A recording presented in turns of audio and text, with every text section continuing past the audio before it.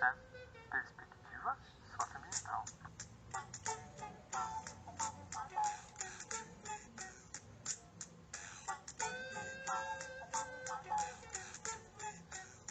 Bom dia, caro ouvinte. Estamos aqui para mais um episódio do Conversando com Café. Hoje falando sobre a temática práticas socioambientais, sobre a perspectiva da geografia socioambiental, que assim, neste momento de pandemia, percebi muitas notícias sobre animais silvestres circulando em cidades extremamente urbanizadas, como é o caso de cidades no Japão, na Tailândia, na Itália. E vi também matéria de jornal falando que o céu de São Paulo estava mais azul e era mais fácil respirar na cidade. E percebi que nessas matérias elas destacavam muita as certas palavras, né, como socioambiental, meio ambiente, práticas socioambientais. E fui pesquisar na internet, no famoso Google, né, e percebi que a geografia faz muita pesquisa nessa área. E consegui puxar um graduando em geografia pela Universidade Federal da Fronteira Sul, no Campo Chapecó, Eduardo César da Costa. E gostaria que ele comentasse um pouquinho aqui conosco sobre essas ideias, né, essa perspectiva e práticas socioambientais. Boa tarde, Eduardo. Muito obrigado por ter citado o convite e se pudesse agora debater um pouco sobre o termo meio ambiente, né? O que é meio ambiente e o que é socioambiental, né? Boa tarde, Vinícius. Muito obrigado pelo convite. É um prazer estar aqui participando do podcast. Para entender um pouquinho o que é melhor o que é meio ambiente, né, o que é socioambiental, nós precisamos voltar um pouquinho no tempo para entender um pouquinho a evolução desse conceito, né? Até 1970, mais ou menos, meio ambiente ele tinha uma conotação totalmente naturalista e ele não era muito comentado fora das universidades, da academia, né? Ele era um termo muito científico, né? Em 1910, por exemplo, na década de 1910, meio ambiente se considerava a planta, né? A planta era considerada meio ambiente, as plantas, né? Eram consideradas meio ambiente. Em 1940 passou a se considerar meio ambiente os organismos, né? Então se expandiu um pouquinho mais, então para além das plantas passam-se a se considerar os demais organismos também, como animais.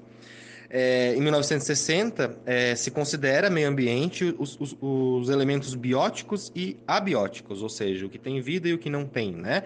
Os animais, as plantas, as rochas, o solo, tudo isso passou a ser considerado meio ambiente. E só a partir da década de 70 que se passam a se considerar os fatores físicos, químicos, biológicos e sociais. Então, somente a partir da década de 1970 que começa a se inserir o ser humano, as sociedades, no debate do termo meio ambiente, né? E é justamente nesse período que começa a surgir o termo socioambiental, né, que é um termo que ganha força na Rio Eco 92, que foi uma conferência que teve no Rio de Janeiro, né, em 92. E esse termo socioambiental ele serve para reforçar, né, o elemento social no meio ambiente. Então, o socioambiental tem essa finalidade de reforçar também a questão social no meio ambiente e na compreensão do meio ambiente. O que você falou ali sobre a conferência Rio Eco 92 e lembrei sobre uma conferência de Estocolmo que foi realizada em 72 e ela visou fomentar assim um maior desenvolvimento de práticas, trazer um maior debate de práticas socioambientais. E eu gostaria que você debatesse um pouco sobre isso. O que são práticas socioambientais aqui conosco? Então, na geografia, são consideradas práticas socioambientais aquelas que buscam diminuir os impactos das ações humanas no meio ambiente, no ambiente, né? Ou reduzir os conflitos socioambientais, né? O que seriam esses conflitos socioambientais?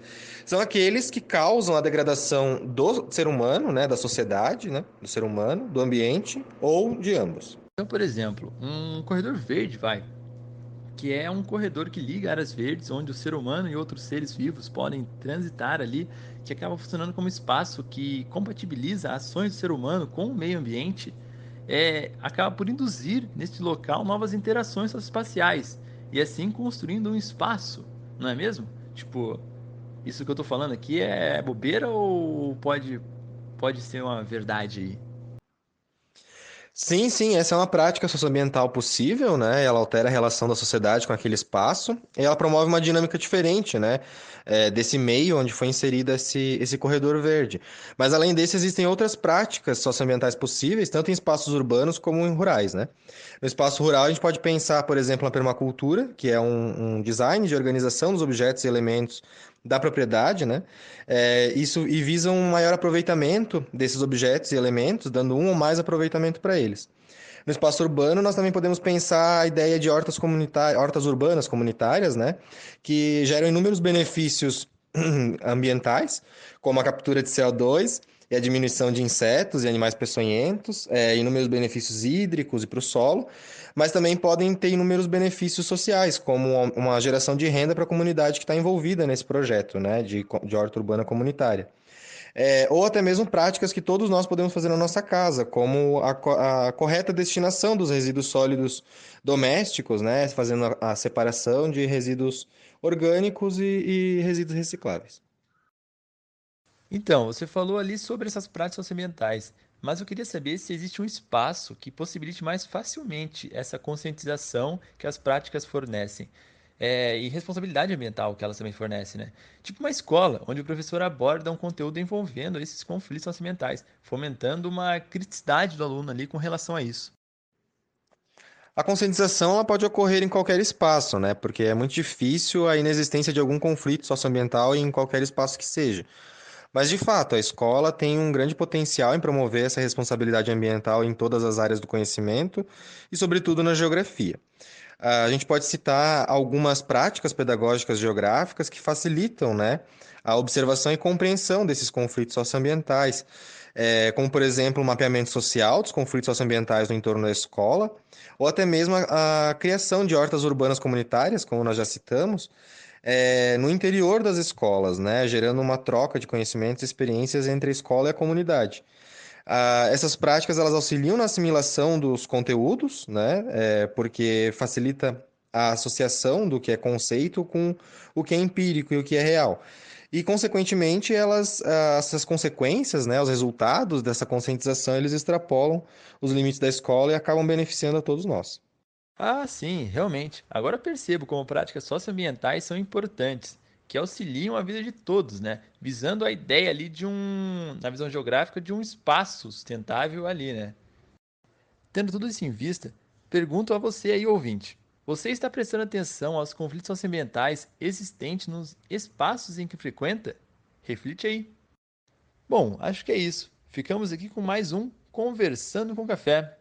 Agradeço, Eduardo, por ter aceitado o convite de conversar aqui conosco. Comigo, né? Porque o resto vai ser ouvinte. Eu que agradeço pela oportunidade de estar aqui em mais um episódio do podcast Conversando com Café. E precisando, estamos à disposição.